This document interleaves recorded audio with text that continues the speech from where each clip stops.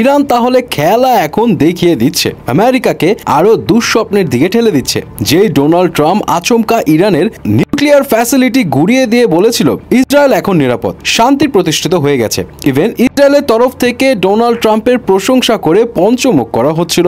সব এখন তালগোল পেকে গেল, কারণ ইউএস এর এই অ্যাকশনের জবাবে ইরান অলরেডি ইসরায়েলের দিকে 30টার মতো মিসাইল ছুড়ে ফেলেছে। ইউএসএ যদিও জানিয়েছিল ইরান ফার্দার জবাব দিলে পরিণাম হবে আরো ভয়াবহ, কিন্তু ইরানের তরফ থেকে পাল্টা জানানো হয় বিশ্ববাসী সাক্ষী হবে এখন যেই পরিণাম সবাই দেখবে সেটার জন্য দায়ী একমাত্র আমেরিকা। দ্যাট মিন্স বোঝা যাচ্ছে ইরানকে আমেরিকা থামাতে তো পারলই না, উল্টো সিচুয়েশন আরো খারাপ করে দিচ্ছে বন্ধু ইসরায়েলের জন্য।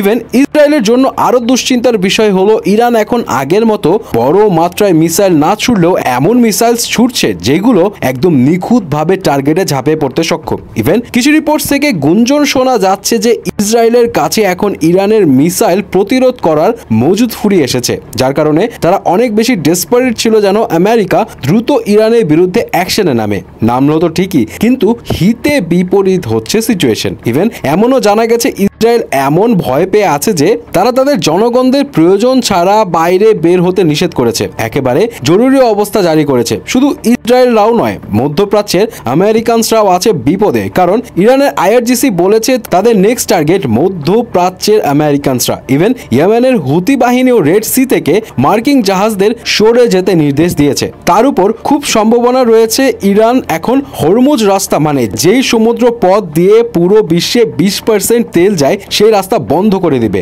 এটা করলে ইউরোপ সহ পুরো বিশ্বে তেলের দাম হবে আকাশ ছোঁয়া। এন্ড এইটার ভয়ে অলরেডি 50টার মতো তেলবাহী জাহাজ দ্রুত হরমুজের রাস্তা থেকে বের হবার চেষ্টা চালাচ্ছে। যে কোনো মুহূর্তে ঘটে যেতে পারে অনেক কিছু। এখন দেখার বিষয় এইটা যে ইরান আরো বড় কোনো জবাবের জন্য প্রস্তুতি নিচ্ছে কিনা।